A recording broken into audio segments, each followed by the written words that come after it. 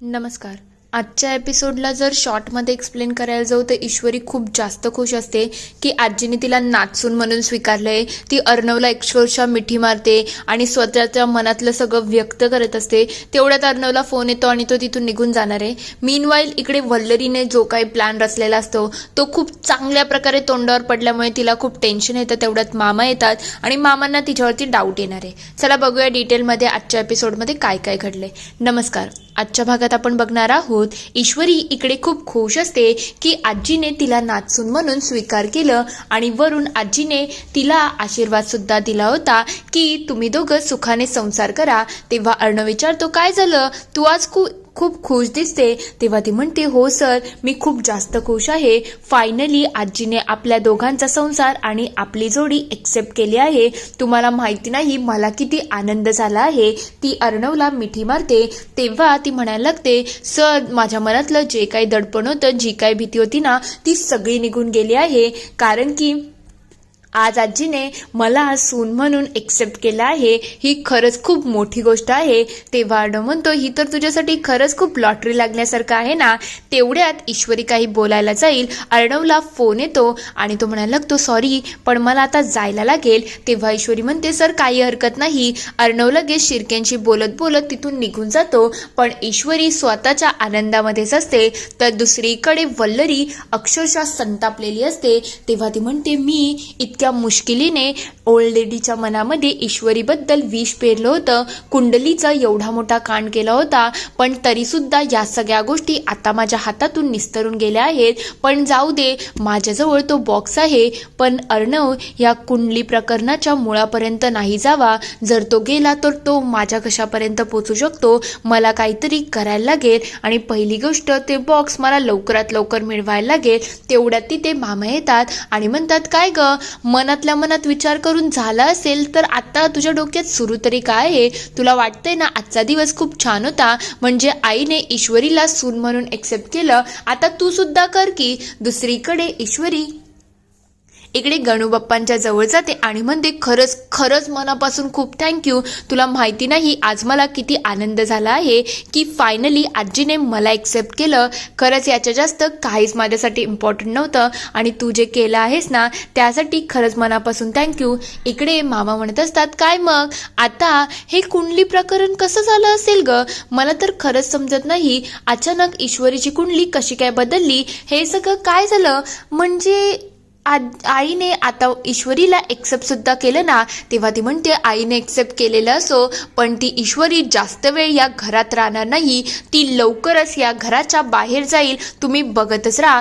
हे ऐकल्यानंतर मामा विचार करतात ही वल्लरी एवढी कॉन्फिडन्स का आहे. कुंडली प्रकरणामध्ये जर हिंसा हात नसेल मग नेमकं हे कुंडली प्रकरण कोणी केले असेल ज्याला ईश्वरीवरती एवढा राग आहे की तिच्या मुळावरती उठला असेल. आणि खरं म्हटलं तर ही वल्लरी वाटते तेवढी साधी नाही आहे. आईने एक्सेप्ट करून सुद्धा ही अशी म्हणते की ईश्वरी या घरामध्ये कायमची राहू शकत नाही. नेमकं ही कशाच्या जोरावरती एवढी नाचत आहे.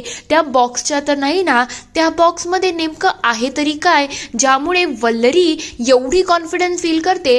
तो बॉक्स मला लवकरात लवकर शोधणं गरजेचं आहे. दुसरीकडे आजी सात्विकाचा फोटो बघून खूप भावुक झालेले असतात. तेव्हा ते म्हणतात सात्विका आज मला माफ सुद्धा करू नसेल शकत ना. मी तिच्या सुनेच्या बाबतीत खूप चुकीचं वागलं आहे. त्या निरागस पोरीचा मी विचारच केला नाही.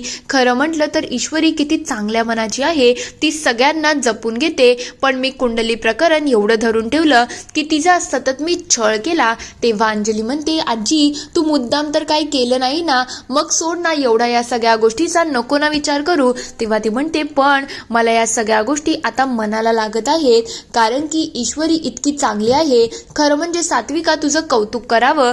तुझी सून खरंच खूप लागवी आहे. अख्ख्या घराला ती सांभाळू शकते अशी तुला सून मिळाली आहे. खरंच तू भाग्यशाली आहेस की एवढी चांगली सून तुझ्या चिंटूची आहे. हे सगळं ईश्वरी ऐकते. तेवढ्यात आजी म्हणतात ईश्वरी ये ना बाळा, खरंच मला तुझी माफी मागायची आहे. माझ्याकडून खूप मोठी चूक झाली. कुंडळीमुळे मी तुझा खूप छळ केला आहे ना. तेव्हा ती म्हणते आजी तुम्ही नका ना एवढं लक्ष देऊ, जाऊ द्या, जे झालं ते झालं. तेव्हा ती म्हणते खरंच तू खरंच खूप मोठ्या मनाची आहेस पण सात्विका मला खरंच माफ करू शकत नाही. मला आज खूप अपराधी वाटत आहे. तेव्हा अंजली म्हणायला लागते, मलाही आईची आजी खूप आठवण येत आहे. आई जर इथे असती तर किती गोष्ट वेगळ्या असत्या ना. तेव्हा ते म्हणतात, त्या एका बाईमुळे सगळं घरदार आणि सगळं आयुष्य बर्बाद झालं. माझ्या सात्विकाला आत्महत्या करायला लागली. हे किती भयंकर होतं ना. तेव्हा अंजली म्हणते, हो ती बाई कोण होती, काय होती याबद्दल आपल्याला काही आयडियाच नव्हती, पण ती अचानक आली आणि आपल्या घराला पूर्ण उद्ध्वस्त करून गेली. तेव्हा ईश्वरी म्हणते, आता तुम्ही शांत व्हा ना, हे सगळं बोलायची ही वेळ नाही आहे. आजी तुम्ही आता औषधं खाऊन घ्या, बाकी सगळं आपण नंतर बघू. पण ईश्वरीच्या डोळ्यामध्ये सुद्धा थोडं पाणी आलेलं असतं. तर दुसरीकडे सुप्रिया आणि बाबा दोघंही दवाखान्यात निघालेले असतात. तेव्हा आई म्हणतात, मी पाण्याची बॉटल घेतली आहे, आता रिपोर्ट सुद्धा घेतला, तू घराची काळजी घे, म्हणजे आम्ही लवकरच येतो. तेव्हा ती म्हणते, हो काही हरकत नाही, मी घरीच आहे, तुम्ही तुमचं आवरलं की मला कळवा. तेवढ्यात तिला इकडे आकाशचा कॉल येतो. तेव्हा ती म्हणते, बोला ना आकाश सर, सगळं चांगलं आहे ना. तेव्हा तो म्हणतो, तुला एक आनंदाची बातमी द्यायची आहे. तुला खरं सांगू का, ईश्वरीला आजीने सून म्हणून एक्सेप्ट केलं आहे आणि त्याच्यामुळे सगळे खूप खुश आहात. तेव्हा ती म्हणते, मीही खूप खुश आहे आणि माझी इशू तर खूप जास्त खुश असेल. तेवढ्यात त्यांचं हे सगळं बोलणं इकडे मामी ऐकत असतात. आकाश म्हणायला लागतो, याची आपल्याला पार्टी करायला पाहिजे ना. तेव्हा ती म्हणते, नाही ना आकाश सर, मला पार्टी करायला बाहेर येता येणार नाही, घरामध्ये कोणीच नाही आहे. आई आणि बाबा हॉस्पिटलला गेले आहेत, मग त्यांना यायला अराउंड 4-5 तास लागतील आणि आत्या आहे ना ती सुद्धा बाहेर गेली आहे, मग मला घराच्या बाहेर काही येता येणार नाही. तेव्हा तो म्हणतो, अच्छा आई बाबा हॉस्पिटलला गेले आहे आणि 4-5 तास लागतील आणि आत्याही घरी नाही, ठीक आहे आपण नेक्स्ट टाइम बघूया.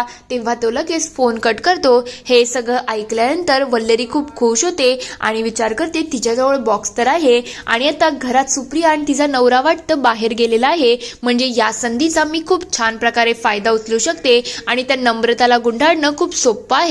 दुसरीकडे अंजली इकडे राजेशला कॉल करते आणि म्हणायला लागते, अहो ऐका ना, मला तुम्हाला एका वकिलाचा नंबर द्यायचा आहे, तुम्ही तुमची केस आहे ना त्या वकिलाला हँडओव्हर करा आणि विषय कायमचा संपून टाका.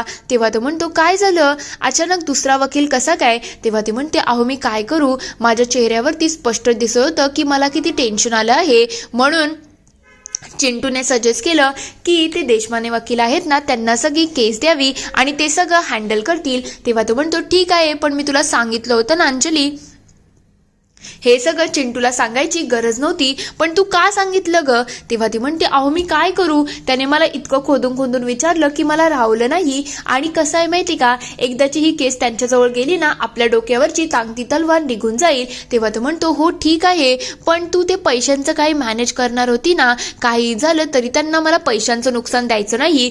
तेव्हा अंजली म्हणते, अहो पण ती केसच आपल्याकडे राहिली नाही तर पैशांचा तो मॅटर ते वकीलच बघून घेतील ना, आणि जर त्यांच्याकडून नाही झालं तर आपण मॅनेज करूया. तेव्हा तो विचारतो, काय ग ही सगळी आयडिया कोणाची होती. तेव्हा ती म्हणते, ही आयडिया चिंटू आणि ईश्वरीची होते, दोघांनी मिळून हे सजेस्ट केलं आणि ईश्वरीने तर डायरेक्टली सांगितलं की जीजूंना सांगा की ही केसच घेऊ नका, म्हणजे कसं प्रॉब्लेमच राहणार नाही. तेव्हा ती म्हणते, ठीक आहे काही हरकत नाही, मी एकदा देशमाने वकिलांशी बोलून घेतो. तेव्हा तो विचार करतो, अच्छा मी जेव्हा जेव्हा या बावळट बायकोकडून पैसे उकळण्याचा प्लॅन करतो तेव्हा चिंटू आणि मिस इंदोर म्हणजे त्याची मिस इंदोर दोघं मिळून माझा डाव उधळतात. पण मला चिंटूचं काही वाटत नाही आहे, पण माझी इंदोरी जिलेबी आजकाल माझ्याशी घाबरत नाही आहे. मला काहीतरी करायला लागेल ज्याच्यामुळे ती मला पुन्हा घाबरायला लागेल. हे असं तिचं न घाबरणं मला पटत नाही आहे.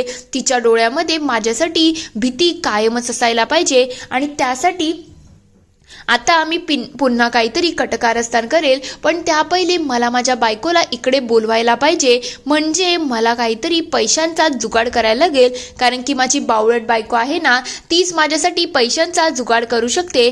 कारण की जोपर्यंत त्या दादाला मी पैसे देत नाही ना तोपर्यंत तो काय शांत बसणार नाही. मला काहीतरी कटकारस्थान करणं गरजेचं आहे. तेवढ्यात तो अंजलीला पुन्हा कॉल करतो आणि म्हणतो, सॉरी ग तुला लगेच कॉल केला, पण मला असं वाटते तुला इकडे यायला पाहिजे. तेव्हा ती विचारते अहो मी तिकडे येऊन काय करणार आहे. तेव्हा तो म्हणतो अगं 2 दिवस झालं मी इकडे आलो आहे आणि मला खूप एकटे एकटं वाटत आहे. तू आली तर जरा छान वाटेल ना आणि तुझंही मूड चेंज होईल. तेव्हा ती म्हणते ठीक आहे काही हरकत नाही, तुम्हाला जर वाटत असेल तर मी नक्की येते. तेव्हा तो म्हणतो लवकर ये, मी तुझी वाट बघतो. हे सगळं करून राजेशला खूप आनंद मिळत असतो. तर दुसरीकडे ईश्वरी खूप खुश असते. तेव्हा ती म्हणते फायनली आजीने मला नाचून म्हणून एक्सेप्ट केलं आहे. खरंच माझ्या मनातलं सगळं दडपण निघून गेलं आहे. तेवढ्यात तिथे अर्णव येतो. तेव्हा ते विचारते सर तुम्ही इथे काय करताय, तुम्ही तर मीटिंगला गेले होते ना. तेव्हा तो म्हणतो अगं मी तुझ्या मनात आहे ना म्हणून तर तुझ्या समोर दिसत आहे. तेवढ्यात ईश्वरी वळते आणि ती बघते तर अर्णव तिथे नसतो. तेव्हा ती म्हणते सरांचे मला पुन्हा भास व्हायला लागले, आता मी काय करू. तेवढ्यात ती कपडे च्या घड्या करण्यासाठी कपडे बाजूला नेत असते. तेव्हा तिथे पुन्हा अर्णव असतो. तेव्हा तो म्हणायला लागतो काय हो माझाच विचार चाललेला आहे ना मनामध्ये, म्हणजे मी सगळीकडे तुझ्या डोक्यामध्ये फिरत आहे ना. तेव्हा ती म्हणते सर असं काहीच नाही आहे. खरं म्हटलं तर या घरामध्ये मला सहज चालायची आणि वागायची सवय नाही आहे. सतत घाबरत भीत मला या घरामध्ये राहायची सवय होती. पण अचानक माझ्या गाडीचा ब्रेक सुटल्यासारखं झालं आहे, म्हणजे सिग्नल तर ग्रीन झाला आहे पण माझी स्कूटी काही पुढेच जात नाही. मी काय करू, मला काही सुधरत नाही आहे. तिला तेव्हाही समजतं की हा पुन्हा आपला भासच आहे. दुसरीकडे अर्णव इकडे बाहेर आलेला असतो. तेवढ्यात ईश्वरी कपडे वाळत घालत असते. ती अर्णवच्या अंगावरती पाणी झटकते. तेव्हा तो म्हणतो काय झालं मिसिंदर, तू जरा जास्तच खुश दिसते. तेव्हा ती म्हणते सर जावा ना, तुम्ही काय माझ्याबरोबर मस्ती करताय.